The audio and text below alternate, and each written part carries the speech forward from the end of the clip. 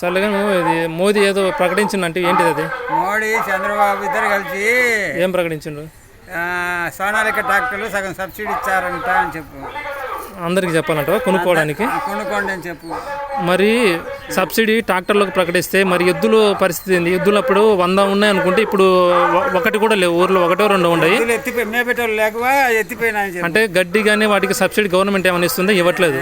ట్రాక్టర్లకు సబ్సిడీ ఇస్తుంది కాబట్టి ట్రాక్టర్ల సంఖ్య పెరిగింది, ఎద్దుల సంఖ్య గణనీయంగా పూర్తిగా అంటే 0.1%కి 1% పడిపోవడం జరిగింది. అది సరైన పద్ధతి అంటారా?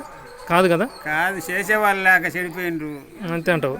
అంటే ఈ విధంగా దుర్మార్గాన్ని పెంచుకుంటూ పోతే కేంద్ర రాష్ట్ర ప్రభుత్వాలు ఉగ్రవాదానికి ఆతంకవాదానికి కొమ్ము కాస్తే మరి సామాన్య జీవుల పరిస్థితి ఏంది? నోరు లేని జీవులు వాటి జాతిలో అంతరించిపోవాల్సిందేనా? ఇటువంటి దుర్మార్గాన్ని ఈ రైతు ఎదురుగా నేను ఖండిస్తున్నాను. కేంద్ర ప్రభుత్వానికి రాష్ట్ర ప్రభుత్వానికి ఇక కాలం చెల్లిందని, దుర్మార్గాలకు కాలం చెల్లిందని ఈ సందర్భంగా నేను తెలియజెప్తున్నాను.